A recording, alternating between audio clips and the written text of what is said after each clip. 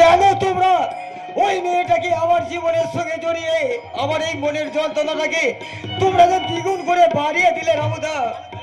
আমার ভালো তুই তো আমার কি দিয়া আমার ভালোর জন্যে। হ্যাঁ দাদা রামু, হ্যাঁ তুমি তো চৌধুরীর এই একমাত্র বংশধর। তুমি সংসারী না হলে এই বংশ রক্ষা কি করে হবে? তাছাড়া তুমি তো অসুস্থ, তোমার সেবা যত্ন বাবাও তোমার বিয়ে দিলে। অসুস্থ অসুস্থ আর অসুস্থ এই করে দেখি তোমরা আমাকে পাগল করে দেবে কেন? কি আমার অসুখ করছে? আমার কে কে বলেছে? কে বলে রে তোর অসুখ করেছে? তুই তো এখন সম্পূর্ণ সুস্থ। মিলন, মিলন তুই এসেছিস? হ্যাঁ পল্লব, হ্যাঁ ওই এমার্জেন্সি ডিউটির জন্য তোর বিয়ের বৌভাতে উপস্থিত থাকতে পারিনি, তাই আজ এই ফুলসজ্জার পূর্ণ লগ্নে ওদের নতুন জীবনকে আমি স্বাগত জানাতে এলাম। Congratulation my friend.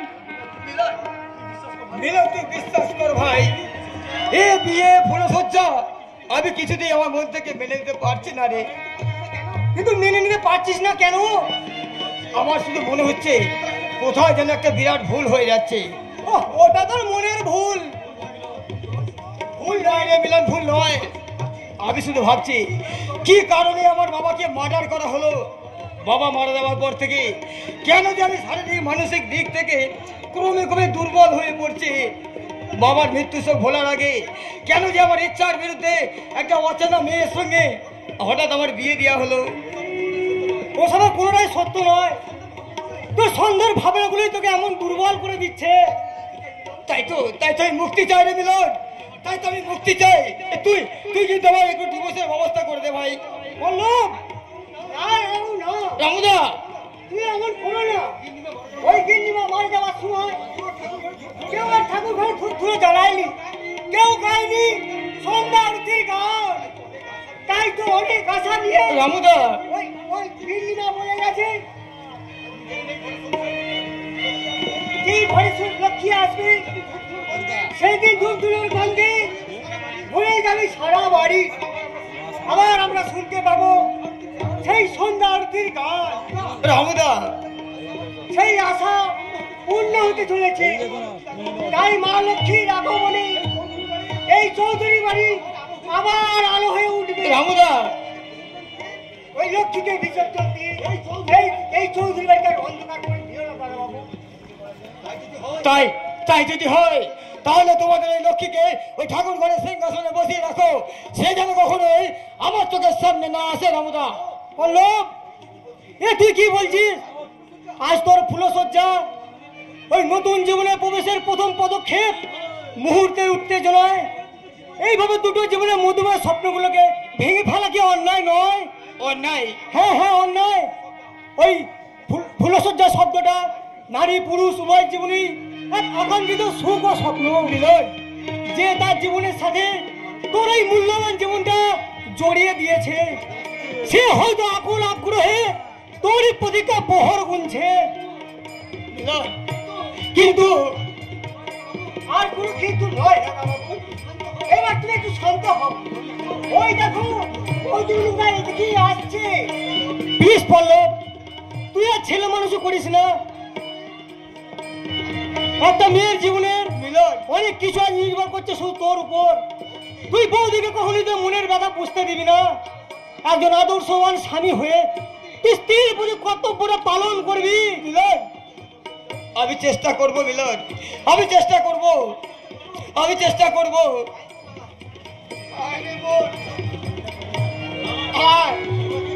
এবার থেকে এই ঘর, এই সংসার সবই তোর। কিন্তু আপনি কে? আমি আমি আমি ইয়ে মানে মল্লিকার মাস্তুতো দাদা। আমার বাড়ি থেকে ছোট থেকে মানুষ হয়েছে, তাই তোর বিয়েতে আমার কান্নায় বুকটা ভেঙে যাচ্ছে। দাদা গো, এবার তোমার ছেড়ে আমি কেমন করে থাকবো গো? কাঁদিস নে বোন, কাঁদিস নে। সব মেয়েকে তো এইভাবে স্বামী হয়ে যেতে হয়, এর জন্য কোনো দুঃখ করতে নেই রে বোন। আমি কথা দিচ্ছি, আমি রোজ তোকে দেখতে আসবো। ঠিক আসবে তো? হ্যাঁ, নিশ্চয় আসবো রে বোন, নিশ্চয় আসবো। তুই যে আমার একমাত্র আদরের মাস্তুতো বোন। তোকে কি না দেখে আমি থাকতে পারি রে বোন। কি ভাইয়া, আমি আসবো তো?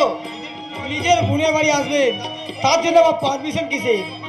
যখন মন চাইবে তখনই তুমি চলে আসবে। আর কোনো আমার চিন্তা নেই, আর কোনো আমার চিন্তা নাই রে বোন। আমার যখনই মন চাইবে তখনই আমি চলে আসবো। তবে ভাইয়া,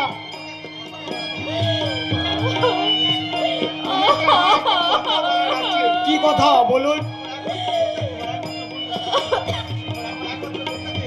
আমার এই একমাত্র বোনটাকে আজকে আমি তোমার হাতে তুলে দিয়ে গেলাম।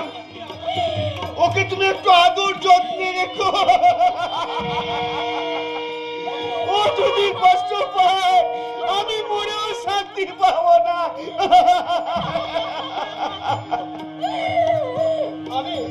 আমি চেষ্টা করব। মল্লিকা, আমি বলিনি তোকে পল্লব বাবু একদম দেবতার মতো মানুষ। এবার আমি চলি রে বোন, আমি আবার আসবো, আমি রোজ আসবো, আমি আবার আসবো। ওগো দাদা গো, এবার আমি তোমায় ছেড়ে কেমন করে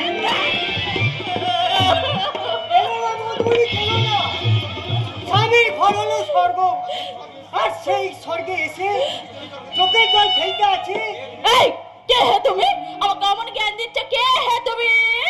আগে আমি এবারে পুরনো চাকর রামু। হ্যাঁ? চাকরটাই ফুলসজ্জা ঘরে কেন ঢুকেছো শুনি?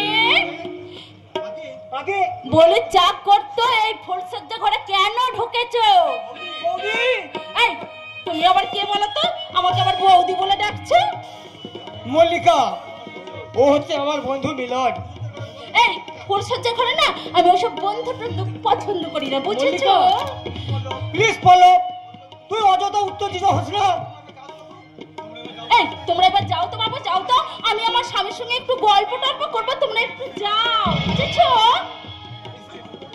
বিশ্বাস করো বৌদি, তোমাকে একটা কথা বলার জন্য কি কথা, কি কথা? আমি এতদিন অপেক্ষা করছি। রামুদা, সেই কথাটা আমাকে বলতে দাও।